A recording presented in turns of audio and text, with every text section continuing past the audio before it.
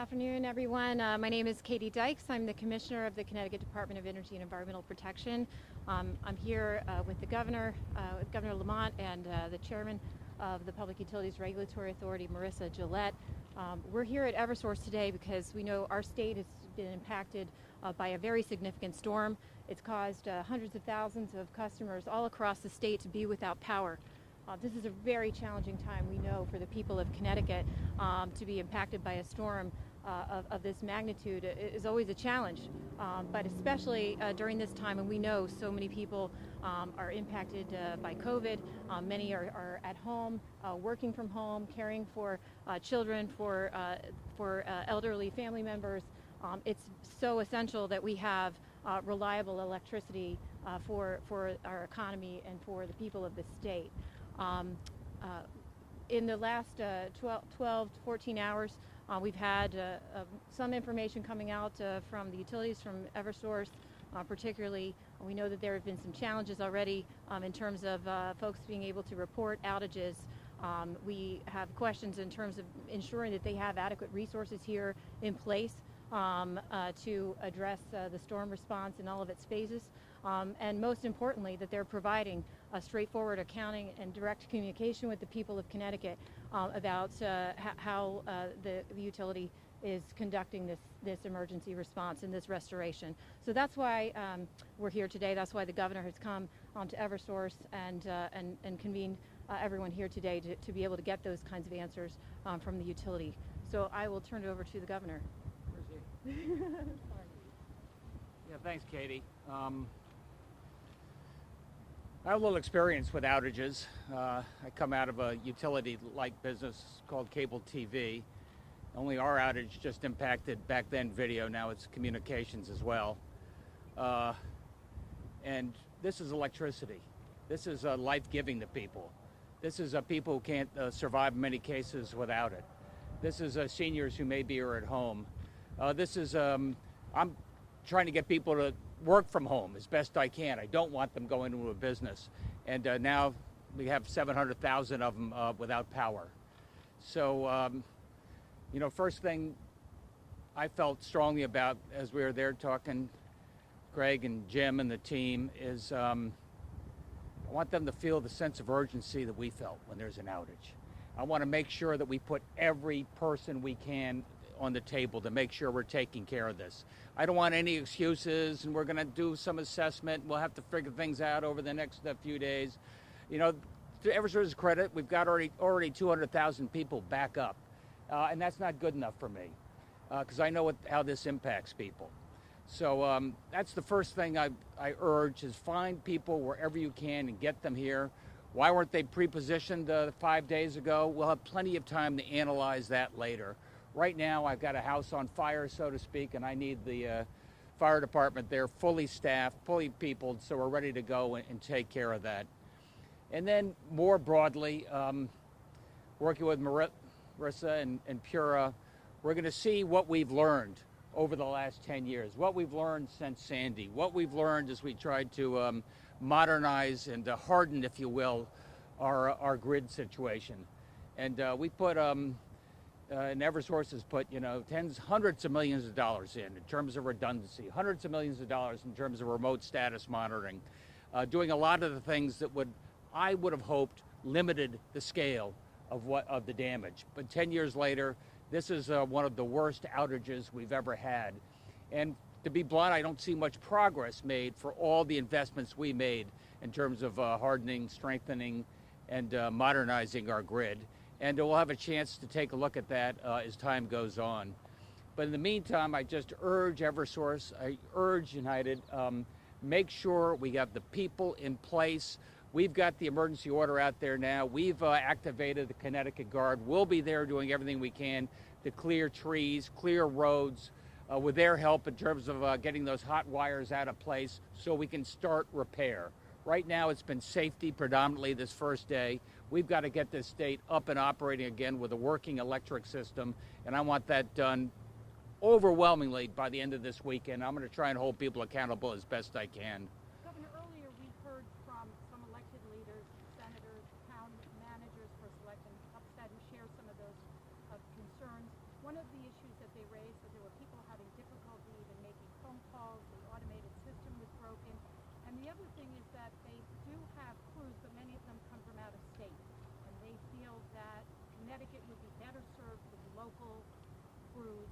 over.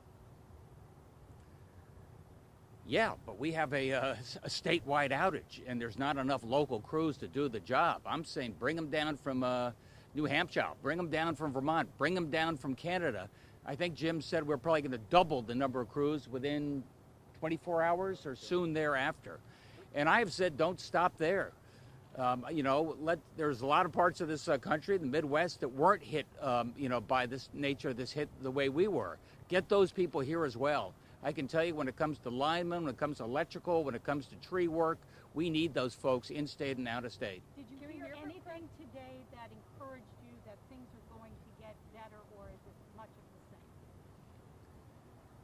same? No, I'm not going to say that. It's only day one. But I am from the Show Me State, and I want to see the good words in there turned into action. I think we'll be able to test the results very soon. Governor, your line crews have gone down every year for 10 years. Wouldn't it be better to have your line crews here? Fine, you can get the people from Pennsylvania, you can get them from Ohio, you can get them from Michigan. It's going to take 2 days to get in here. You have to organize them. You have to get them going, and you have to set them up with somebody who knows the area. They don't know Connecticut. So you want to get it done by the weekend. But wouldn't it be better to have line crews here, line crews that know the state, line crews that know how to get around, and not rely on crews? Well, I'll let Eversource answer that question. But look, you don't want to have full-time staff for the very worst type of outages like we have all the time in real time here. That's not the way anybody can do it. What you want to have is pre-positioning as best you can, be able to bring those people out in like the fire brigade on very short notice to get that done. The first 12 hours, we're doing a lot of clearing. We're clearing the roads, taking those unsafe wires out. I need the people in place now, or certainly within 24 hours to start repairs. But if they lived here, wouldn't they be in place? That's like saying you need the fire department, but you don't need them all the time. Look, if you want to keep triple the staff here all the time, would that be better? Sure. I think it's reasonable to say, let's make sure we have enough people to take care of what we got to take care of, but make sure within 24 hours we can bring in the reinforcements. And it's been 24 hours. Yeah, why don't you take that? Hi, good afternoon. My name is Craig Hallstrom. I'm the president of electric operations for here at Eversource. The first thing I want to say is we fully understand the magnitude of this event and the urgency that we need to take in order to get our power back to our 600,000 customers who are without power today. We've restored, since the storm ended last night, or late last night, we've restored about 200,000 customers, and that was primarily done by investments that we've made in smart switches, intelligent switches, so switching that was done with the control center without the need of line crews. So those are some of the tools that we've invested in that help us keep the lights on. Can you say how many line crews and how many tree crews you have currently working in the state? Sure. So right now we have approximately 450 electric restoration crews. That's line crews, first responders, and we have 235 tree crews. That number will double in the next 24 hours as we bring in additional crews from outside the area, both in New England, Massachusetts, New Hampshire, and outside the area. Have you been able to finish doing your damage assessment, and so do you have any sort of restoration time that you can give to people? We don't. So the storm just ended last night late. We have people out on the streets. Our first priority, of course, is the safety of our customers, the public, our communities, and we're working very closely with our communities to do things like unblock roads that may be blocked by trees and wires down, so emergency services can take place, and we free up police and fire to do other important things that they need to do. Were there transmission lines down, though? We've had some problems with transmission lines, but the problems that we did have didn't have a significant customer outage, and those are being addressed as well. Senator Needleman, who's the co-chair of the Energy Committee for the legislature, said his sense is that your business model has shifted and that you have fewer line crews available and they're using it in the three-state area to ship them around. Has that changed since the... No, I mean, I respectfully disagree. We have a sufficient amount of internal crews and contractors to manage our day-to-day business and your everyday, storms, lightning storm, windstorms. This storm is will be probably the second largest storm in the history of the state. This will be bigger than Superstorm Sandy. Superstorm Sandy had about 500,000 customers impacted, about 7,500 damage locations. You know, obviously we have more customers impacted, and right now, although we haven't finished our damage assessment, we have about 8,000 outage locations and another 6,000 non-outage locations. So there's no utility in the country that would staff to handle this type of magnitude of storm every day. I don't think that's what the senator suggested. But so aside of what you view as sufficient, has that changed since? Excuse me. Has that changed since the merger? The net number, I will say probably no. I mean, we've shifted some people around. We've created a first responder group here, and we're staffed at the level that we're allowed to at Pura. The net number in Connecticut has not changed throughout all this? Subject to check. We've changed the way we organize line crews and first responders. For example, we put over 100 people as first responders 24/7 to handle outages every day. That didn't exist prior to the merger. That's our way of getting to customers quicker when they have their lights out. And do you have any, to the layman, they look at these numbers compared to Superstorm Sandy and they ask, well, why? Can you give us any meteorological or technical explanations as to why that might be? I cannot. I mean, certainly it seems like we've had more storms now than in the past, but I'm not a meteorologist. So of the 450 crews that you say you have online, how many of those are standard in-house Eversource here everyday crews? We have so maybe 250. So over 200 of those are already out of state. Yeah. Well, or they're contractors that are here every day. So we have we have our internal line crews who do construction. We have our internal troubleshooters who do construction and emergency response, and then we have contractors who are here every day working for us, just like they would be internal line crews. One of the other concerns that we heard from town leaders was that Eversource has been cutting back trees, and we've seen that. But they only cut trees that are on main lines that affect a massive amount of people. Whereas if you need a tree cut, that's not a priority. Is that true? No, we actually, if a private customer has a dead tree on their property and it's risking impact to our wires, we will take that tree down. And the other question I have is, so with all of this and the governor's concerns and people are upset, what can be done? Can you do anything differently? Are you willing to do anything different? Do you see the need for that? And where do we go? So we do. We do enhance tree trimming. We would like to do more tree trimming. We invest quite a lot in grid modernization, smart switches, self-healing, new SCADA systems that give us more intelligence of what the system is doing. So we have invested significantly in the system, and I believe if you look back several years, you'll see our reliability has actually increased, last year being the best year ever for Connecticut reliability performance.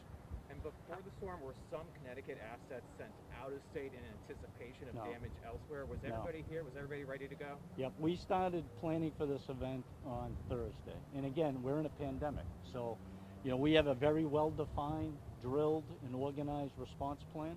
But given the pandemic, things have to change. We have to follow the protocols. So we started last Thursday. We committed to crews on Friday, when if you go back and look at the weather forecast, the hurricane was going up the west side of Florida.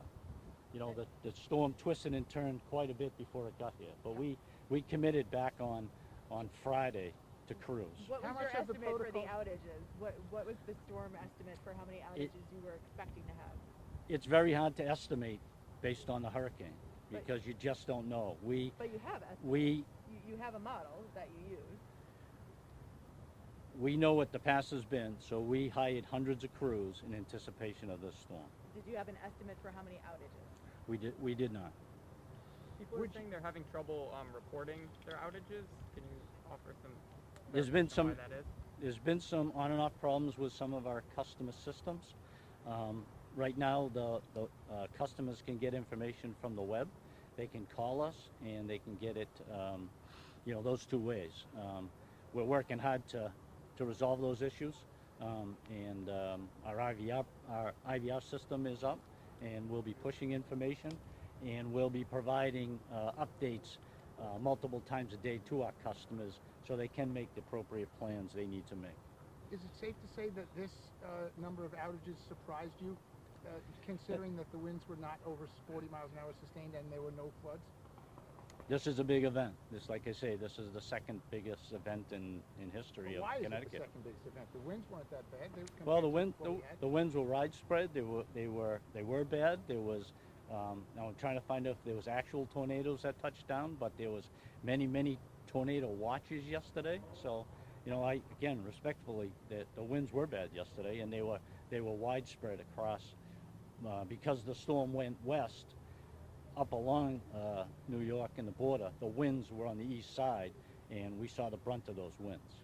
What's your response to people who say that you should have been more prepared, not with more crews, but with the 10 years of system hardening that we've seen? We worked very hard to manage and maintain our system, and like I say, last year was our best year ever in terms of reliability. We operate the system well. Our employees are dedicated and will work tirelessly till this gets done. And like I say, we understand their frustration, and we're going to get this done as quickly as possible. Do you find problems with certain municipalities when it comes to your tree trimming? Some municipalities might push back a lot more, saying, no, you're not taking our trees down, you're not going to take away the beauty, but they still want power all the time. How do you address a municipality that says, no, we're not we work as... And there's a half a dozen that you have problems with every single storm. Yeah, we work very closely. We try to explain the why. We explain how we can help remove dead trees. We try to explain that we're a service, and we try to explain the benefits.